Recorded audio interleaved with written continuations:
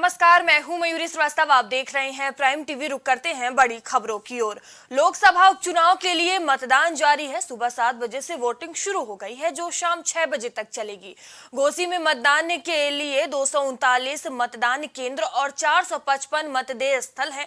4,30,000 मतदाता अपने मताधिकार का प्रयोग करेंगे। घोसी विधानसभा क्षेत्र भारी सुरक्षा के इंतजाम किए गए हैं। घोसी विधानसभा क्षेत्र में सार्वजनिक अवकाश घोषित किया गया है और इस सीट पर 6 साल में चौथी बार चुनाव होने जा रहा है। यहां सीधा मुकाबला बीजेपी के दारा सिंह चौहान और समाजवादी पार्टी के सुधाकर सिंह के बीच देखने को मिल रही है। तो तस्वीरें आप देख सकते हैं, सुबह से ही वोटिंग शुरू हो चुकी है। सुबह से ही मतदाता अपने मतदान का प्रयोग करते हुए नजर आ रहे हैं। इस समय प्रशासन जो है फतेहपुर ताल दरिया कई बूथों पर दौलतपुर के प्रधानों को भी उठा ले गई है और इंदारा में भी दिक्कत है। बहुत जगह परेशानियां हैं जो वोट डालने से रोक रहे हैं। यह सबसे बड़ी परेशानी। आपके पुत्र सुजीत सिंह पर मुकदमा दर्ज किया गया आदर्श आचार संहिता के उल्लंघन में, इस पे क्या कहेंगे? आदर्श आचार संहिता के संदर्भ में मुकदमा नहीं दर्ज है, उनको केवल फंसाया गया है। उनको हमारे घोसी के ब्लॉक प्रमुख को इस नाते कि वोट न मांग सके और जनता के बीच न जा सके। तो देखिए, घोसी विधानसभा उपचुनाव के लिए मतदान सुबह से ही चल रहा है। 7 बजे से ही वोटिंग की प्रक्रिया शुरू हो चुकी है, जो शाम 6 बजे तक चलेगा। और इस खबर पर अधिक जानकारी के साथ हमारे सहयोगी विवेक हमसे जुड़ चुके हैं। विवेक, देखिए, लोकसभा उपचुनाव के लिए मतदान सुबह से ही जारी है, जो शाम तक चलेगा। अभी कितना प्रतिशत वोट हो चुका है? देखिए मयूरी, अगर बात की जाए तो आज 5 तारीख है और 5 तारीख को घोसी विधानसभा उपचुनाव का मतदान का दिन है। यानी आज घोसी की जनता अपने मताधिकारों का प्रयोग करेगी और अपने मताधिकारों का प्रयोग करके अपने लिए जनप्रतिनिधि चुनेगी। आपको बता दें कि जिस तरीके से समाजवादी पार्टी और भारतीय जनता पार्टी की 1-2-1 लड़ाई घोसी विधानसभा उपचुनाव में देखी जा रही है और दोनों पक्ष के नेताओं के बीच लगातार अगर बात करें तो जिस तरीके से जुबानी जंग बढ़ती चली जा रही है, दोनों एक दूसरे पे आरोप प्रत्यारोप लगा रहे हैं, चाहे वो समाजवादी पार्टी का कोई नेता हो या फिर बात की जाए तो भारतीय जनता पार्टी का कोई भी नेता हो। भारतीय जनता पार्टी के तमाम मंत्री और विधायक कई दिनों से घोसी में अपना डेरा डाल के रखे थे। जन चौपाल के माध्यम से जनता से संबंध स्थापित कर रहे थे, संपर्क स्थापित कर रहे थे और अपील कर रहे थे कि दारा सिंह चौहान के पक्ष में जनता वोट करे, भारतीय जनता पार्टी के पक्ष में वोट करे। तो वहीं अगर बात की जाए तो समाजवादी पार्टी के राष्ट्रीय अध्यक्ष अखिलेश यादव से लेकर शिवपाल यादव तमाम बड़े नेता ने साइकिल की सवारी करने के लिए जनता को ऑफर दिया है और वहाँ के प्रत्याशी सुधाकर सिंह के पक्ष में वोट करने की अपील भी की है। अब काफ़ी मान सम्मान प्रतिष्ठा का मुकाबला है ये, जिस तरीके से लगातार दोनों पार्टियां यहाँ पे सक्रियता दिखा रही है। अब आज वो दिन होगा जो तय करेगा कि जनता साइकिल की सवारी करती है या कमल का फूल लेकर घर जाती है। सुबह 7 बजे से वोटिंग शुरू हो गई है। लोग अपने घरों से निकल के मतदान केंद्रों पे जाके वोट कर रहे हैं। बात की जाए तो शाम 6 बजे तक ये वोटिंग चलेगी। अब तक आपको बता दें कि सुधाकर सिंह ने भी वोट डाल दिया है और सुधाकर सिंह ने वोट डालने के बाद तमाम ऐसे उनके कार्यकर्ता हैं जो अभी भी वोट डालने के लिए आ रहे हैं। भारतीय जनता पार्टी की बात करें या समाजवादी पार्टी की बात करें, सभी जो कार्यकर्ता के अलावा जो जनता है वो वोट डालने के लिए खासी उत्साहित देखी जा रही है। विवेक, जो घोसी की जनता है वो क्या देखते हुए वोटिंग कर रही है? क्या वो पार्टी का नाम देख रही है या कैंडिडेट का नाम देख रही है या घोसी में जो मुद्दा है, विकास के काम है, उसको देखते हुए वोटिंग कर रही है?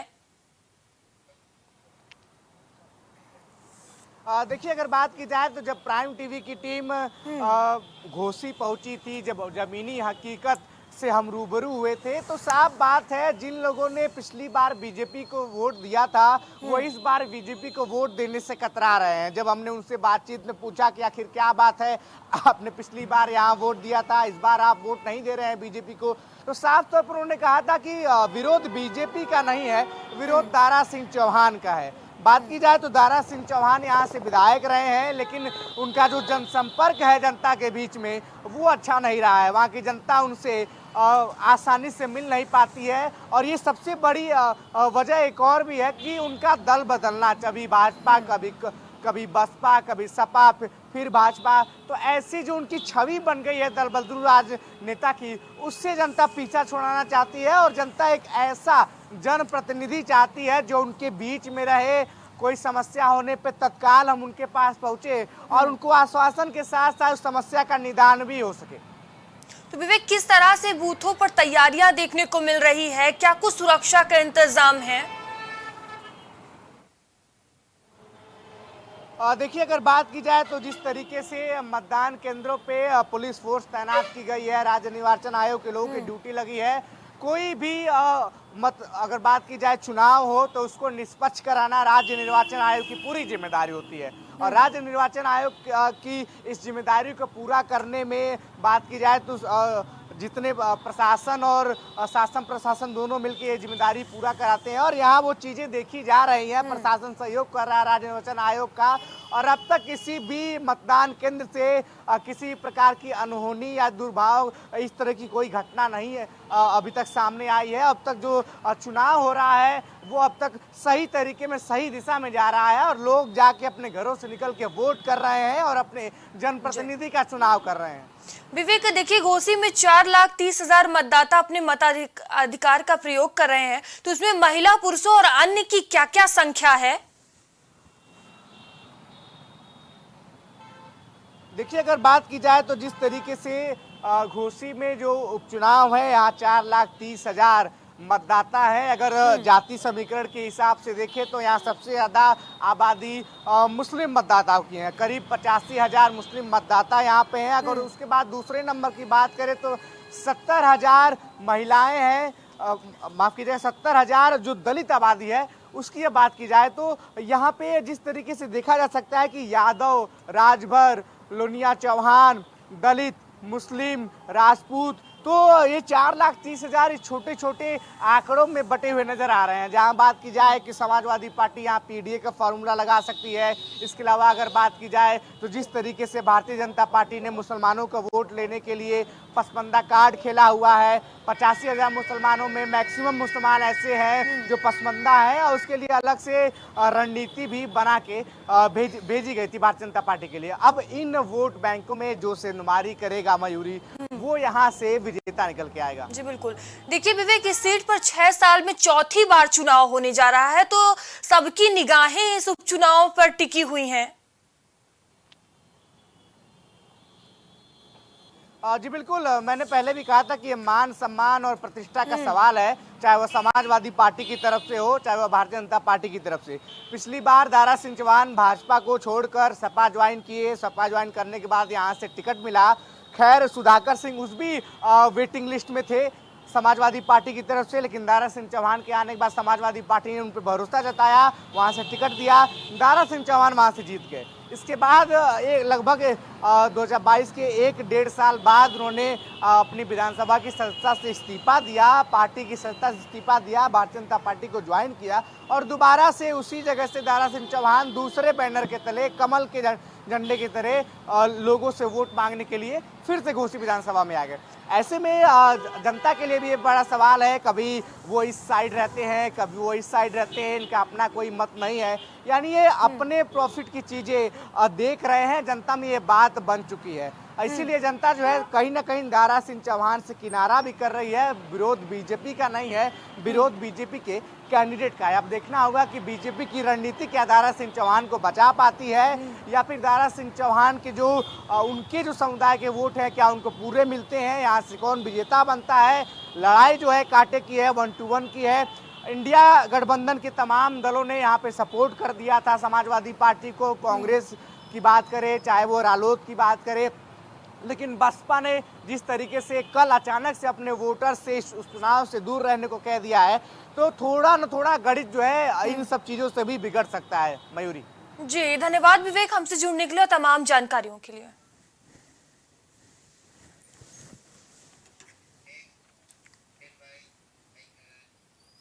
उत्तर प्रदेश के मुख्यमंत्री योगी आदित्यनाथ आज दिल्ली जाएंगे, जहां सीएम योगी पीएम नरेंद्र मोदी से मुलाकात करेंगे। बताया जा रहा है कि इस दौरान योगी आदित्यनाथ पीएम मोदी को अयोध्या में बन रहे मंदिर के उद्घाटन के लिए औपचारिक निमंत्रण देंगे। सूत्रों के मुताबिक मुख्यमंत्री योगी 5 सितंबर की शाम पीएम नरेंद्र मोदी से मुलाकात कर सकते हैं। मुलाकात के दौरान वो पीएम के साथ राम मंदिर के उद्घाटन से जुड़े कई महत्वपूर्ण विषयों पर चर्चा कर सकते हैं। 2024 के पहले महीने में राम मंदिर का उद्घाटन होने की चर्चा है। अगस्त में ट्रस्ट के महासचिव चंपत राय ने जानकारी दी थी कि मंदिर निर्माण समिति की बैठक में 15 से 24 जनवरी 2024 के बीच किसी भी तारीख पर होने वाले रामलला के प्राण प्रतिष्ठा समारोह पर भी चर्चा हुई। जल्द ही इसके बीच कोई तारीख फाइनल होने की उम्मीद है।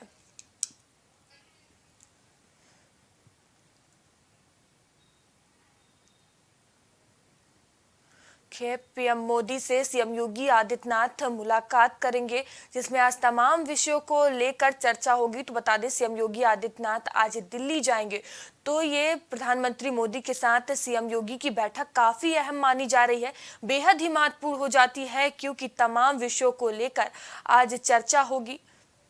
जो सबसे जरूरी बात है वो राम मंदिर के उद्घाटन के को लेकर चर्चा हो सकती है। सीएम योगी आदित्यनाथ प्रधानमंत्री मोदी को निमंत्रण दे सकते हैं।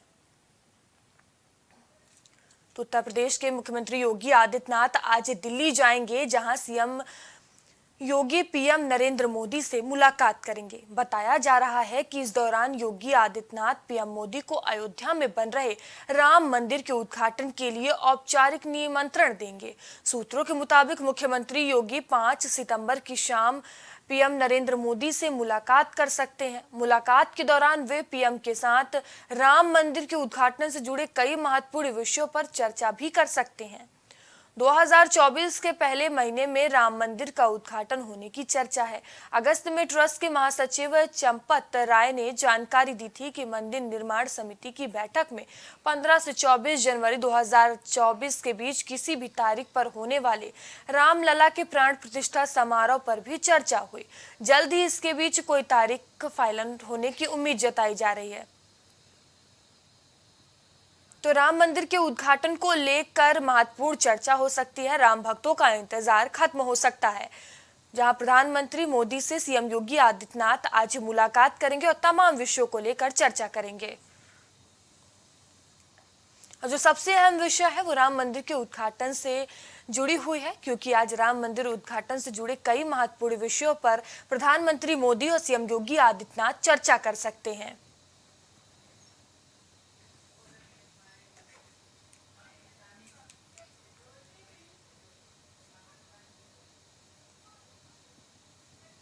तो देखिए, आज तमाम विषयों को लेकर चर्चा हो सकती है। प्रधानमंत्री मोदी से सीएम योगी आदित्यनाथ मिलेंगे, तमाम विषयों को लेकर आज मंथन किया जाएगा। ये बैठक काफी अहम मानी जा रही है। बता दें कि इस बैठक में मंडलायुक्त और जिला अधिकारी भी बैठक में शामिल हो रहे हैं। तो उद्घाटन को लेकर चर्चा हो सकती है, तो राम भक्तों का इंतजार खत्म हो सकता है। बता दें कि उत्तर प्रदेश के मुख्यमंत्री योगी आदित्यनाथ आज दिल्ली जा रहे हैं, जहां सीएम योगी प्रधानमंत्री नरेंद्र मोदी से मुलाकात करेंगे। बताया जा रहा है कि इस दौरान योगी आदित्यनाथ पीएम मोदी को अयोध्या में बन रहे राम मंदिर के उद्घाटन के लिए औपचारिक निमंत्रण देंगे। सूत्रों के मुताबिक मुख्यमंत्री योगी 5 सितंबर की शाम पीएम नरेंद्र मोदी से मुलाकात कर सकते हैं। मुलाकात के दौरान वो पीएम के साथ राम मंदिर के उद्घाटन से जुड़े कई महत्वपूर्ण विषयों पर चर्चा भी कर सकते हैं। 2024 के पहले महीने में राम मंदिर का उद्घाटन होने की चर्चा है।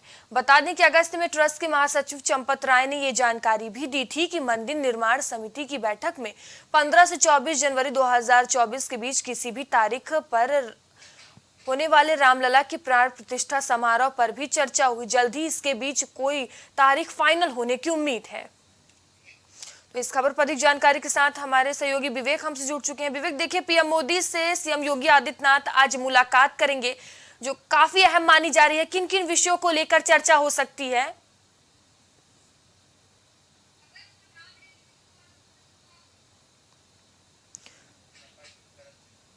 तो विवेक से संपर्क नहीं हो पा रहा है, फिर से जुड़ने की कोशिश करेंगे विवेक से। तो बता दें कि प्रधानमंत्री मोदी से सीएम योगी आदित्यनाथ मुलाकात करेंगे और एक बार फिर से हमारे सहयोगी विवेक हमसे जुड़ चुके हैं। विवेक देखिए, प्रधानमंत्री मोदी से सीएम योगी आदित्यनाथ मुलाकात करेंगे और ये मुलाकात बेहद ही अहम मानी जा रही है। किन किन विषयों को लेकर चर्चा हो सकती है? देखिए मयूरी, अगर बात की जाए तो जिस तरीके से उत्तर प्रदेश से मुख्यमंत्री का आज दिल्ली दौरा है, शाम 4 बजे वो दिल्ली पहुंचेंगे और शाम 6 बजे प्रधानमंत्री नरेंद्र मोदी से उनकी मुलाकात होगी। प्रधानमंत्री नरेंद्र मोदी से मुलाकात के समय मुख्यमंत्री के साथ अयोध्या के डीएम भी मौजूद रहेंगे और साथ ही साथ अयोध्या के विकास कार्यों की जानकारी प्रधानमंत्री के साथ साझा की जाएगी। राम मंदिर निर्माण कार्य कहाँ तक पहुँचा, इसकी भी जानकारी प्रधानमंत्री के साथ साझा की जाएगी और वो दिन काफ़ी करीब होगा जब राम मंदिर का उद्घाटन शिलान्यास जो है देश के प्रधानमंत्री नरेंद्र मोदी के हाथों होगा। इसके पहले चंपत राय ने साफ तौर पर बताया था कि 15 से 24 जनवरी के बीच की वो डेट होगी जब राम मंदिर का निर्माण कार्य लगभग पूरा हो चुका होगा। इस दौरान उद्घाटन और शिलान्यास का कार्यक्रम किया जाएगा। बात की जाए तो राम मंदिर का मुद्दा भारतीय जनता पार्टी के लिए एक अहम मुद्दा रहा है या फिर मान लीजिए कि एक संजीवनी का मुद्दा रहा है। जिस तरीके से भारतीय जनता पार्टी ने राम मंदिर के मुद्दे को भुनाया है और 2 से लेकर आज 300 से ज़्यादा सांसद उसके संसद में बैठे हुए हैं, उसका सबसे बड़ा रीजन यही है कि राम मंदिर के पूरे मसले को भारतीय जनता पार्टी ने बेहतर तरीके से भुनाया है और राम मंदिर एक ड्रीम प्रोजेक्ट रहा है भारतीय जनता पार्टी के लिए। और जिस तरीके से कानूनी रूप से मान्यता दी गई, कानूनी रूप से ये विवाद को ख़त्म किया गया और अब राम मंदिर अपने आखिरी पड़ाव में, आखिरी चरण में है। ऐसे में जनवरी का वो महीना होगा जब राम मंदिर का उद्घाटन शिलान्यास जो है वो देश के प्रधानमंत्री नरेंद्र मोदी के हाथों होना है। इस मुद्दे को लोकसभा चुनाव के लिए भी भारतीय जनता पार्टी उपयोग कर सकती है और इस मुद्दे को अभी और भी भुनाना चाहेगी ताकि ये लोकसभा चुनाव आगे भी 5 साल जो है वो हिंदुत्व के मुद्दे और राम मंदिर से जुड़े तमाम ऐसे मुद्दों को लेकर आगे चल सके। साथ ही साथ अयोध्या में जितने भी विकास कार्य हुए हैं उनकी क्या रिपोर्ट है उसकी समीक्षा जो है वो प्रधानमंत्री करेंगे। मुख्यमंत्री योगी आदित्यनाथ और डीएम अयोध्या उनको एक प्रेजेंटेशन देंगे कि अयोध्या में और कौन से विकास कार्य हो रहे हैं और कौन से विकास कार्य बेहतर तरीके से और भी होने चाहिए। साथ ही साथ राम मंदिर का निर्माण कितना हो चुका है, आखिरी प्रक्रिया में है, क्या कुछ चीज़ें वहाँ पे चल रही हैं और कब तक ये निर्माण कार्य पूरा हो जाएगा ताकि श्रद्धालुओं के लिए, भक्तों के लिए, राम भक्तों के लिए राम मंदिर खुल सके। विवेक देखिए, जानकारी ये भी सामने आ रही है कि बैठक में मंत्रिमंडल विस्तार को लेकर भी चर्चा हो सकती है।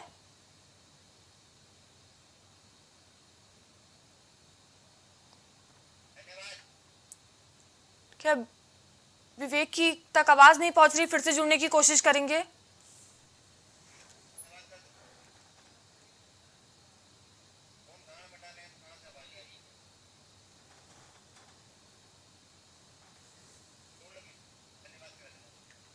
तो एक बार फिर से हमारे सहयोगी विवेक हमसे जुड़ चुके हैं। विवेक देखिए, जानकारी सामने आ रही है कि इस बैठक में मंत्रिमंडल विस्तार को लेकर भी चर्चा हो सकती है।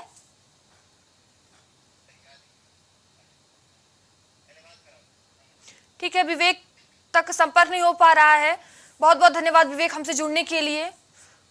तो बता दें कि प्रधानमंत्री मोदी से सीएम योगी आदित्यनाथ मुलाकात करेंगे और तमाम विषयों को लेकर चर्चा होगी और सबसे अहम विषय है वो राम मंदिर के उद्घाटन को लेकर है। भारतीय जनता पार्टी ने उत्तर प्रदेश में राज्यसभा उपचुनाव के लिए डॉक्टर दिनेश शर्मा को प्रत्याशी बनाया है। वहीं राज्यसभा उपचुनाव के लिए दिनेश शर्मा आज नामांकन करेंगे। ऊपरी सदन की यह सीट बीजेपी सांसद हरिद्वार दुबे के निधन के बाद खाली हुई थी।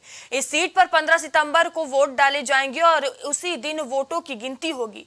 बता दें कि चुनाव आयोग ने घोषणा की थी कि नामांकन दाखिल करने की आखिरी तारीख 5 सितंबर के और नामांकन की जांच अगले दिन की जाएगी। नाम वापसी की आखिरी तारीख 8 सितंबर है। मतदान सुबह 9 बजे से शाम 4 बजे तक होगा और वोटों की गिनती उसी दिन शाम 5 बजे की जाएगी।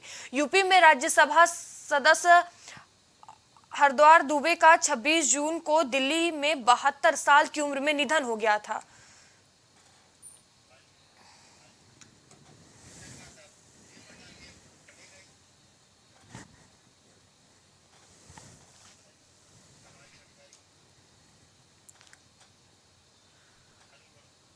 तो इस खबर पर अधिक जानकारी के साथ हमारी सहयोगी सुहानी हमसे जुड़ चुकी हैं।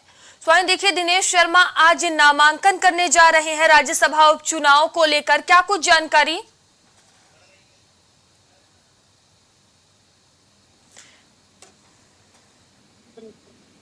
हेलो।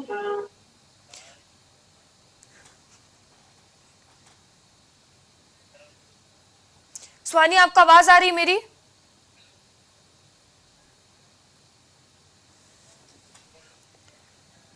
सुहानी, देखिए राज्यसभा उपचुनाव को लेकर दिनेश शर्मा आज नामांकन करने जा रहे हैं, क्या कुछ पूरी जानकारी?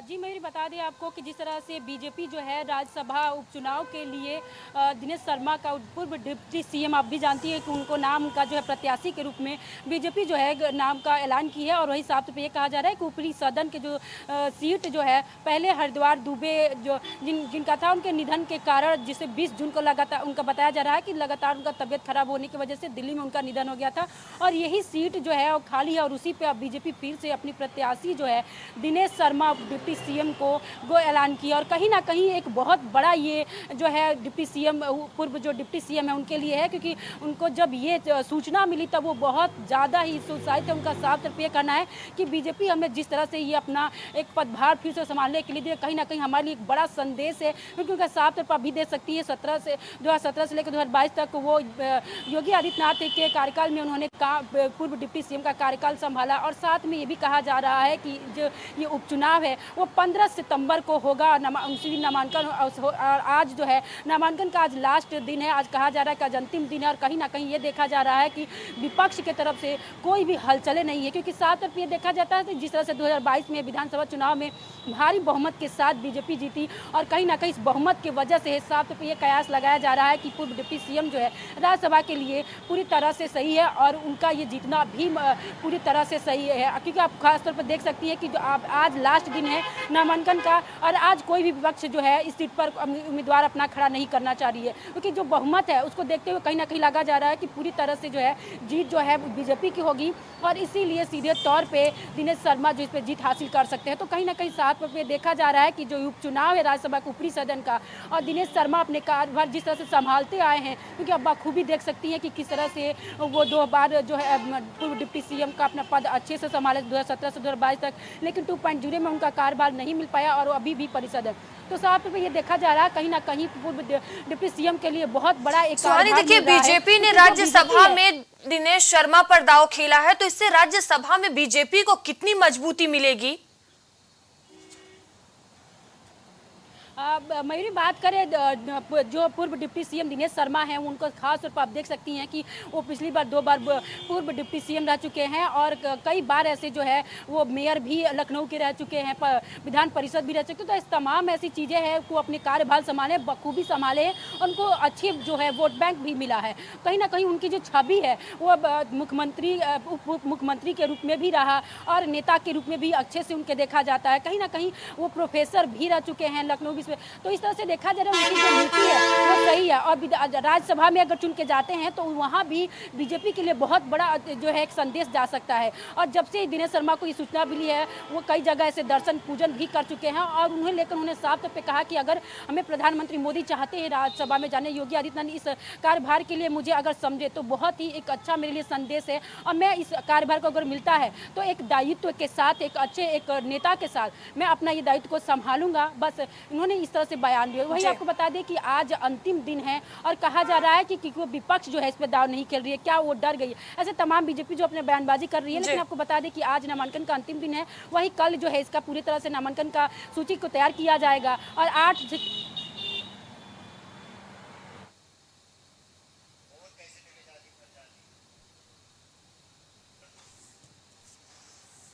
तो बता दें कि राज्यसभा उपचुनाव को लेकर दिनेश शर्मा आज नामांकन करेंगे।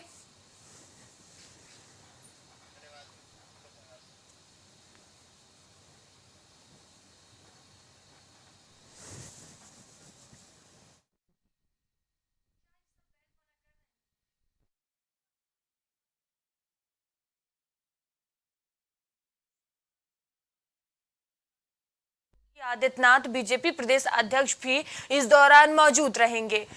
राज्यसभा उपचुनाव की जंग देखने को मिल रही है, जहां दिनेश शर्मा पर बीजेपी ने दांव खेला है। कहीं ना कहीं राज्यसभा में भारतीय जनता पार्टी की मजबूती बनेगी।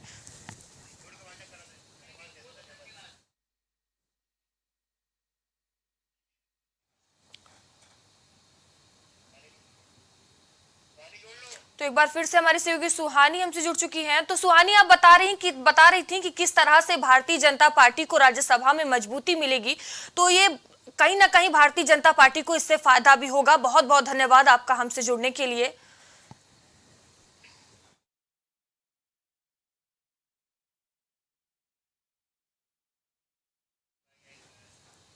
अभी के लिए इतना ही, आगे आपसे फिर होगी मुलाकात। तब तक के लिए बने रहिए प्राइम टीवी के साथ। नमस्कार।